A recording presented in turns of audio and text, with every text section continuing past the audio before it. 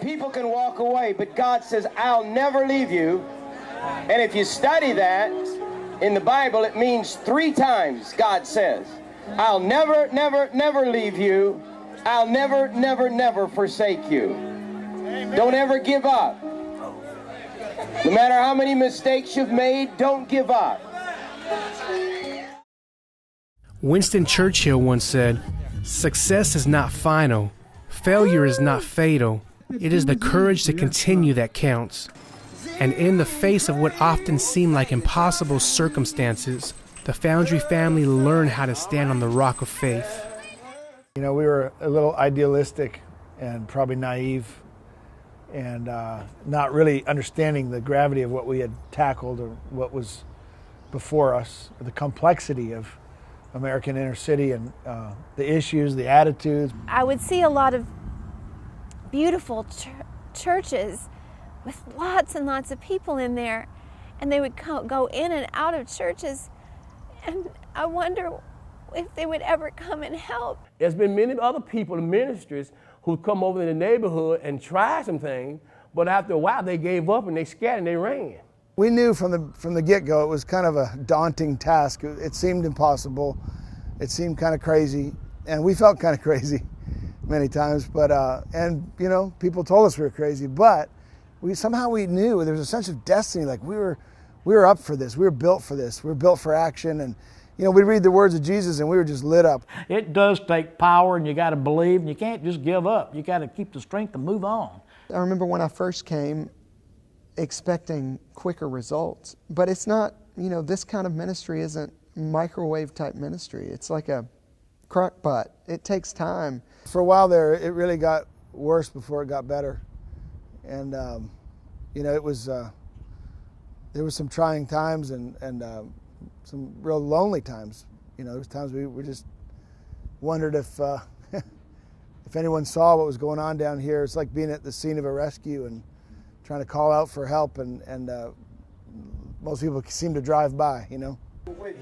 From financial challenges to promises delayed and relational setbacks to the seemingly unending need, they learned what it meant to stick it out.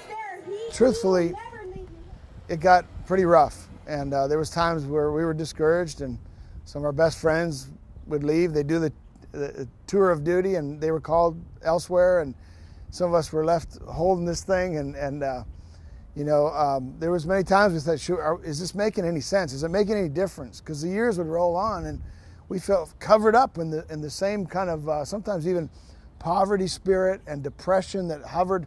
There was like a thick darkness that hovered over this community, and you know, there was times we really wondered, like, should we keep going? And is this worth it? Is it making a difference? Commitment and perseverance is the only thing that allows you to do a lasting work. You have to be patient and wait on the rain and wait for the crop to come in and wait for the harvest to come and persevere through the mud and the muck and the mire. If you take on something, a lot of people are always willing to give up.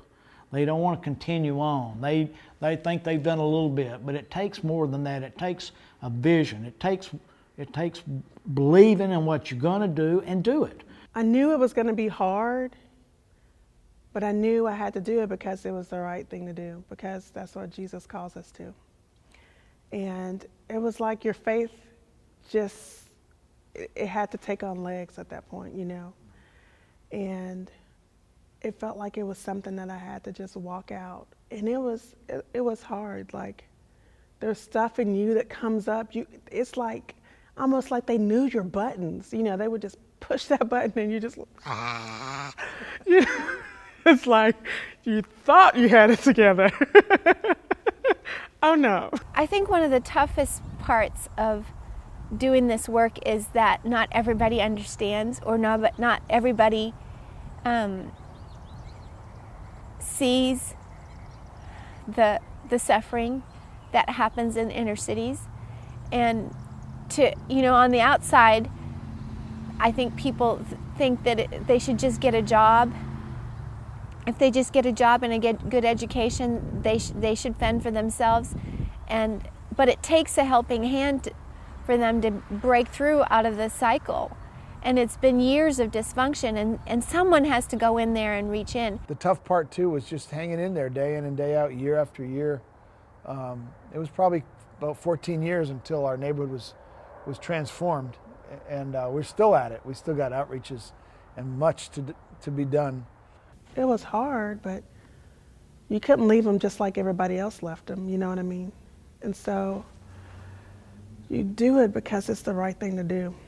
I had the faith, and I just knew I could do it. And when you have faith and you just stay in there, when you know He's behind you and overseeing what you're doing, that's what you need. And you keep on going with the faith and stay strong. When you have a stick-to-itness and have that patience for it, you get to see the end result. As the years pass, the Foundry family continues to stand firm. Although they've seen many changes, their purpose remains.